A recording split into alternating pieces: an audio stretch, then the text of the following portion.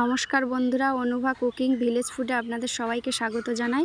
আজকের কচুর ডাঁটা দিয়ে একটা রেসিপি দেখাবো, আর ছোটো কাঁকড়া দিয়ে টক। এই দেখুন বন্ধুরা, আমাদের বাগানে কচুর ডাঁটা কাটতে এসেছি আমরা। এটা আমাদের নতুন গাছ, এবছর প্রথম এই গাছে আম হয়েছে। দেখুন বন্ধুরা, আমাদের বাগানের চারপাশটা। কচুর ডাঁটা কেটে নিয়ে আমরা এবার বাড়িতে আসব। দেখুন বন্ধুরা, আমরা কচু শাক কেটে নিয়ে এসেছি, এবার আমরা বঁটিতে কেটে ফেলব। দেখুন কচু শাক আমরা কাটছি। কচুর ডাঁটাগুলো কাটা হয়ে গেলে এবার আমরা কড়াতে জল দিয়ে সেদ্ধ করতে বসিয়ে দেবো। দেখুন বন্ধুরা, কচু শাকগুলো সব ভালোভাবে কাটা হয়ে গেছে। এবার গামলার মধ্যে আমরা জলে ফেলে ভালো করে ধুয়ে নেব।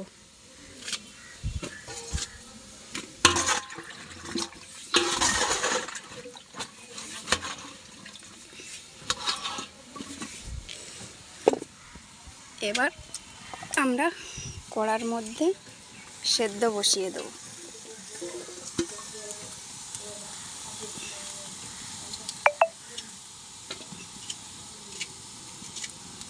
ভালো করে এটা সিদ্ধ করে নিতে হবে,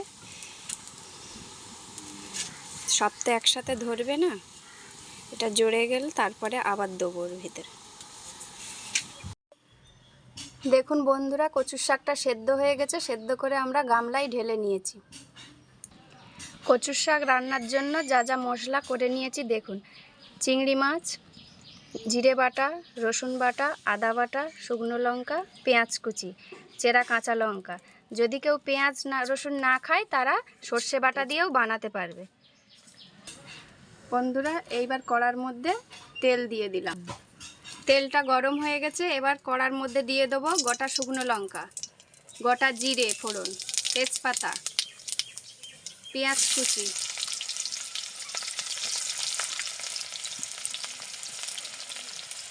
এবার চেরা কাঁচা লঙ্কাগুলো দিয়ে দিলাম।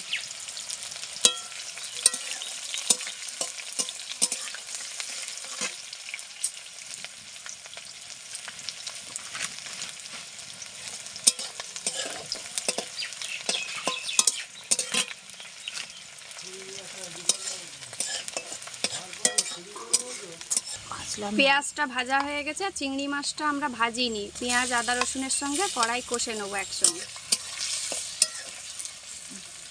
কেউ ইচ্ছে করলে চিংড়ি মাছটা ভেজেও নিতে পারে।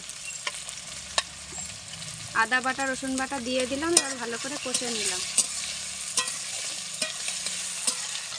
এবার কড়ার মধ্যে দিয়ে দিচ্ছি হলুদ গুঁড়ো, লঙ্কার গুঁড়ো,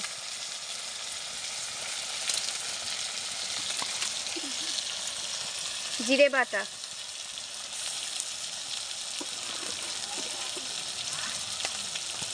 আর দিয়ে দিচ্ছি ধনে গুঁড়ো।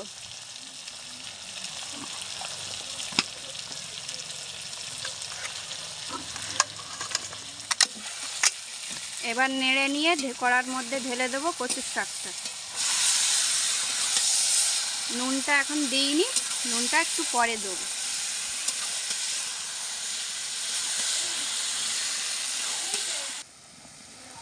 ভালো করে কচুর শাকের রস মেরে নিতে হবে। রস মারতে এখন অনেকটা টাইম যাবে। এবার নুন দিয়ে দিচ্ছি, কারণ আগে নুনটা দেয়া হয়নি। তারপরে দিয়ে দিচ্ছি 1 চামচ চিনি। কেউ যদি মিষ্টি বেশি খায় আর একটু দিতে পারে। দেখুন বন্ধুরা, কচুর শাকের রসটা পুরো মরে গেছে। এবার আমি দিয়ে দিচ্ছি 1 চামচ ঘি।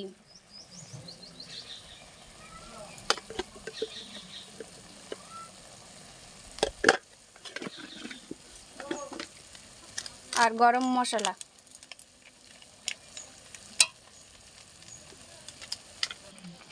এবার ভালো করে এটা মিক্স করে নেব, দিয়ে একটা পাত্রে নামিয়ে নেব। দেখুন বন্ধুরা, তৈরি হয়ে গেছে কচুর শাক। গরম গরম, একদম গরম ভাতের সঙ্গে সবাই পরিবেশন করবেন। আমরাও খাচ্ছি, আপনারাও খান, দেখবেন ভালো লাগে। দেখুন বন্ধুরা, আজকের এই ছোট কাঁকড়া দিয়ে পাকা তেঁতুল দিয়ে টক বানাবো। এগুলো আমাদের নিজের ভেড়ির কাঁকড়া। দেখুন বন্ধুরা, এইবার কাঁকড়াগুলোকে সব কেটে নেব।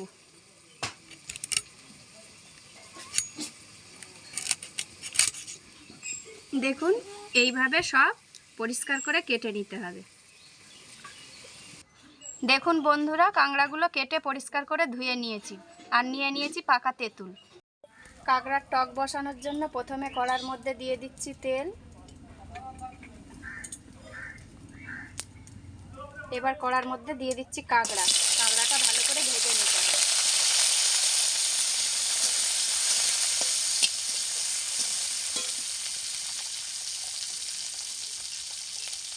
এবার দিয়ে দিচ্ছি অল্প করে লবণ, হলুদ গুঁড়ো। কাঁকড়াটা ভালো করে ভেজে নিতে হবে, নাহলে কাঁকড়ার একটা আস্তা গন্ধ থাকে, সেটা যাবে না। দেখুন বন্ধুরা, কাঁকড়াগুলো ভালোভাবে ভাজা হয়ে গেছে। এবার আমি তুলে নিচ্ছি।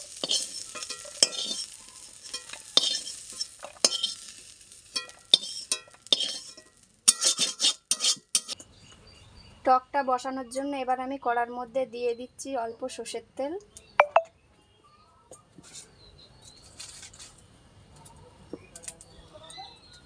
দুটো শুকনো লঙ্কা,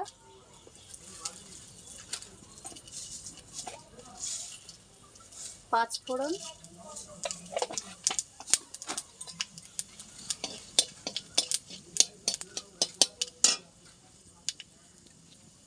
এবার টকটা বানানোর জন্য একটা বাটিতে পাকা তেঁতুলটা জলে ভালো করে মাখিয়ে নিয়েছি।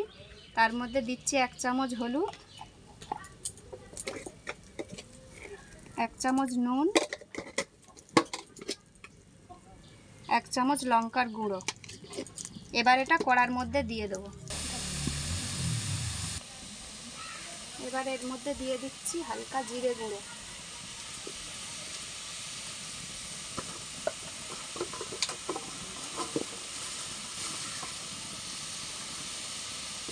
অল্প চিনি। যদি কেউ বেশি মিষ্টি খায় তা একটু মিষ্টি বেশি দিলে ভালো হয়। দেখুন বন্ধুরা, রেডি হয়ে গেছে ছোট কাঁকড়ার পাকা তেঁতুলের টক।